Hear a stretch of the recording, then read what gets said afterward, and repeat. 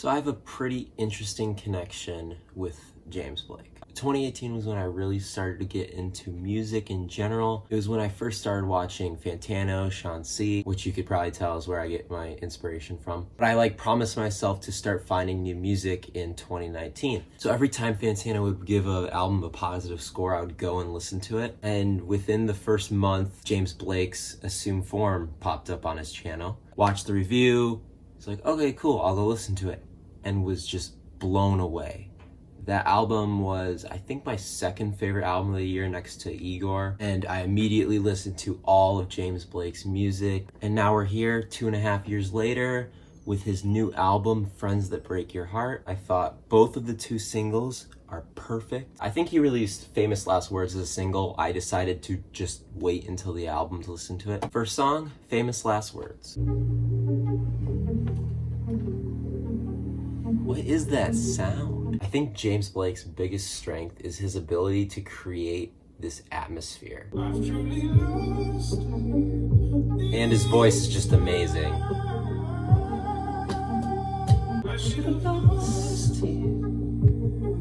Forgive me if I try to sing and I sound awful, but it's just too catchy.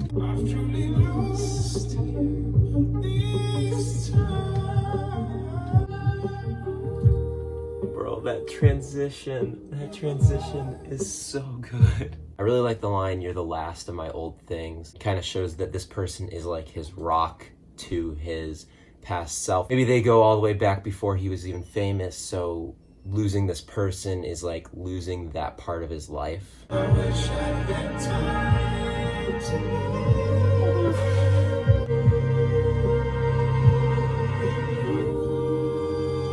Dude.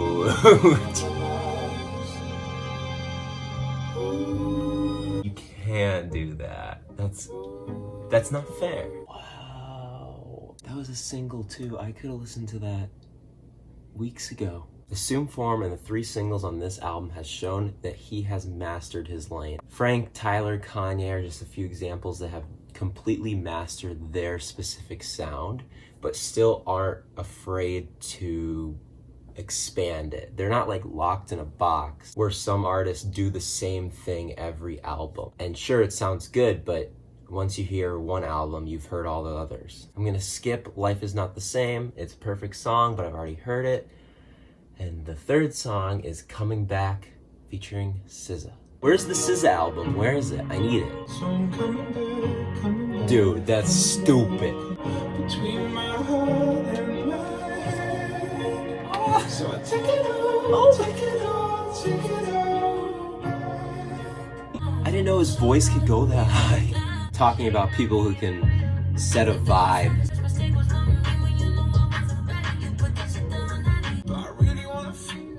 Whenever Frank Ocean's album comes out, hopefully it does, I need James Blake to be a producer on one of the songs. There's a mile between my heart and my head. So I take it all, take it all, take it all. There's a mile between my heart and my head. I think he's saying that his heart's controlling his actions more than his brain is. Oh my gosh.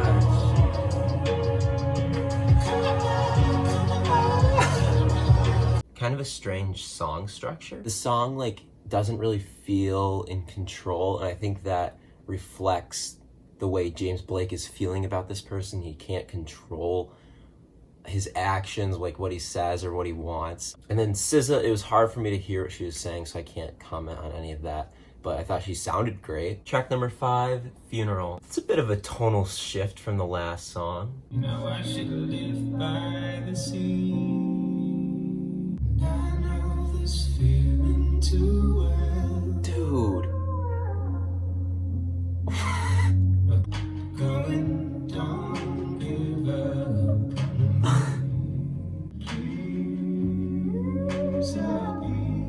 His voice can just single-handedly carry a song. There's practically nothing going on in the background.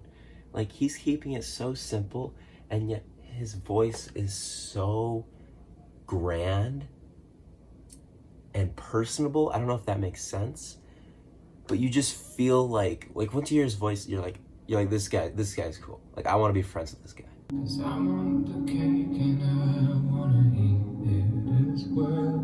I will live in the leaves that crunch under your feet. I know this feeling too well. Of being alive, don't give up on me. Do you even want me to talk about that song? Like, what am I gonna say? Oh, it sounds great. James Blake voice is amazing. This year has been crazy for music. I do want to point out the line, I would live in leaves that crunch under your feet. Damn. Track number 5, Frozen, featuring Jid and Suave, I think that's how you say it. Hypothermia, my hyperbole, feel like Serbia, I shot Hercules. A typical day, a temperature drop, a flick on the tube, a bitch ass top. But we ain't watching Jose and writing my wounds, send a kite through the institution. Fighting the cold, he got life, but he 22.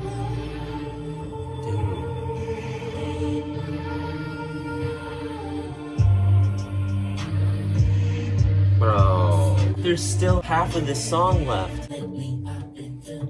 Oh my. Only thing that I got in this life is time to bottom line. Stop. Crazy like I ain't that. Yeah, still watching my pockets like they ain't fat. Yeah, still calling me crazy, but waiting back. I got my hand on the gadget, left the on rap before Ronald was wearing masks. Maybe I'm the one who had the gun, and maybe I made it up. Okay, maybe you're right, I am crazy. I'm sorry. Maybe I'm not. Maybe frostbite feet in the snow. Now hot land don't feel so hot anymore. Now I'm frozen. I love how experimental he got with that song. If you take the song apart, the rapping, James Blake's vocals, the production, none of those should fit together. Jid and Suave both killed it. James Blake definitely took the back seat to them, but his vocals definitely helped the atmosphere a lot. I get the story that it's telling from tracks 1 to 5, but track number 6 is called I'm So Blessed You're Mine. What? This plucky production. It was on the last song, and I think it was on a little bit of Coming Down. Or Coming Back. Sorry. It sounds like a video game soundtrack.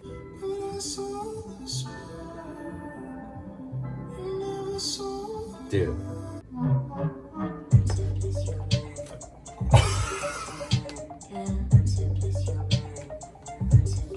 What? Stop. He's gonna do it again. Stop. I can't handle another one of those.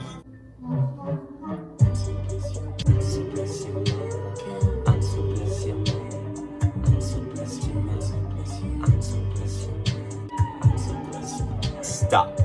That background vocal. Chill. What the fuck?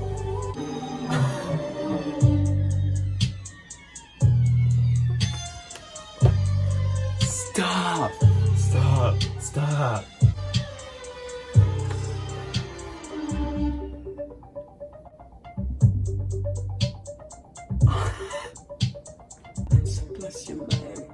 I'm supposed to. That might be his best produced song of all time. There's no way. His ability to bring these things together. Bro, it's just perfect. It's perfect. Tracks 1 through 6, perfect. Say What You Will, perfect. That's 7. Track number 7, Foot Forward.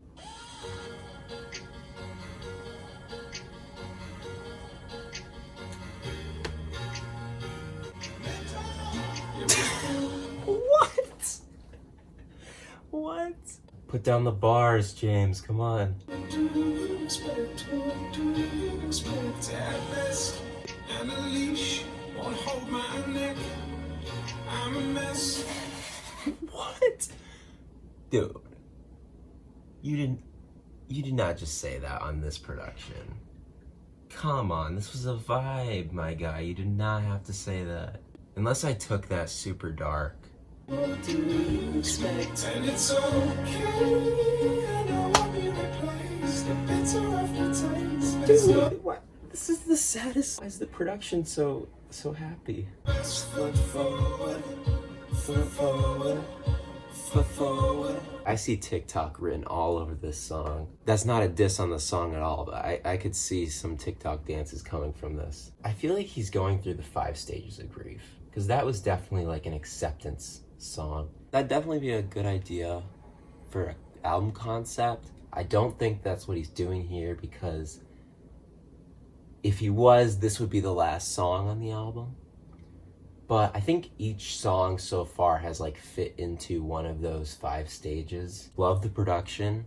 Lyrics did not match the production. Maybe they did. I don't know. Maybe I'm wrong. I'm not perfect. I'm not this album. Track number 8, Show Me, featuring Monica Martin. I have not heard of her. Dude, the song opens and you already know that it's gonna be a perfect song. I wish you'd show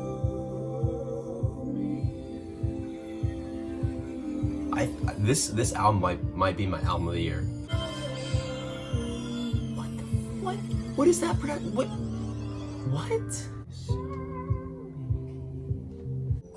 You know it's over, but you didn't get that from me. I wish you'd show. No. That's too good. Other people are trying to make music. If I was an up-and-coming artist and I listened to this, I'd be like, 'Cause there was nothing stopping you. oh my god. Nothing happened, I waited till my eyes were so. Stop. There's nothing I don't want to see. Show me. I wish you'd show me. I wish you'd show me. I hope the person after gets all that you held from me, while I'm the casualty. I wish you'd show me.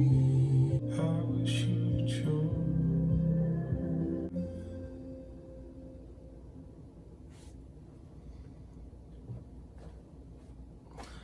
And I'm supposed to talk about that? I'm not good enough at this. Basically, he wants this girl to basically reveal her true intentions. The song hits a little bit too deep. At this point, I'm just repeating myself.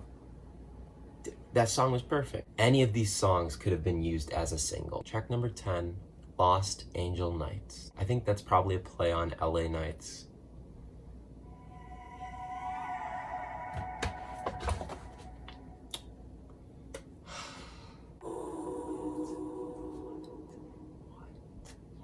How?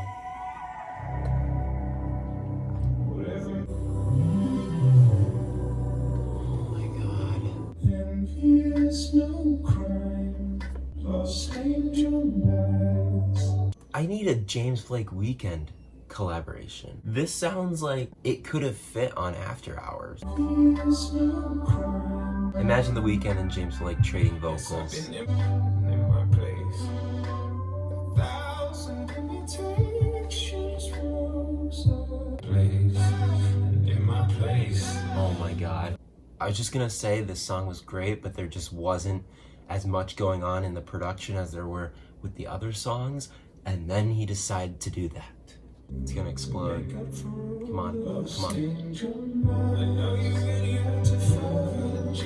I need an explosion at the end of the song.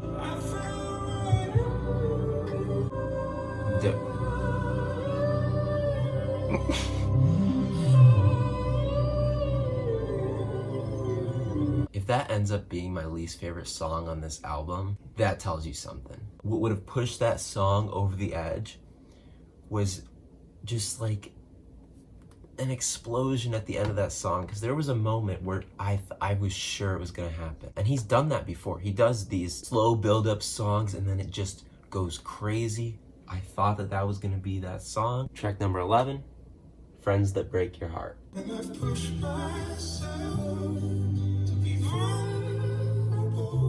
All that pain and nothing came in the end. It was friends in the end.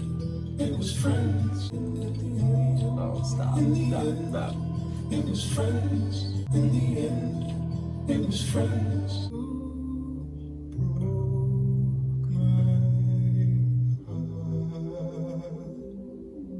What a well-written song. Now, I know it won't be my favorite on the album. It'll probably be on the lower end of what I listen to. But yeah, I don't have much to say about that song.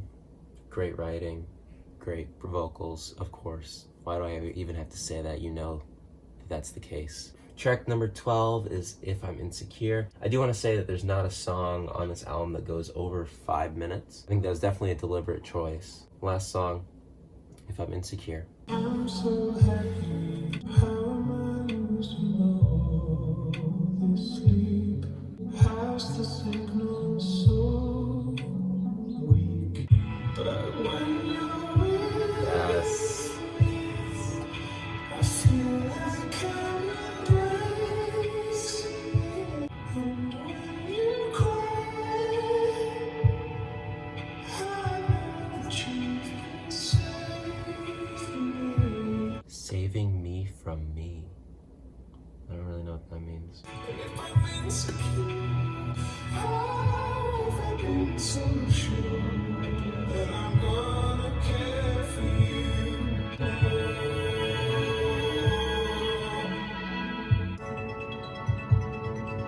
And if I'm insecure, There it is. There it is. how have I been so sure till I am no more? How have I been so sure I'm insecure?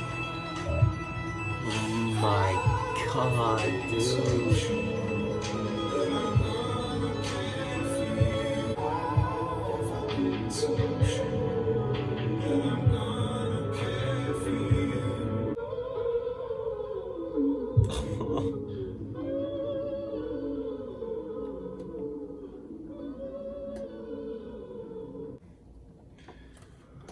What the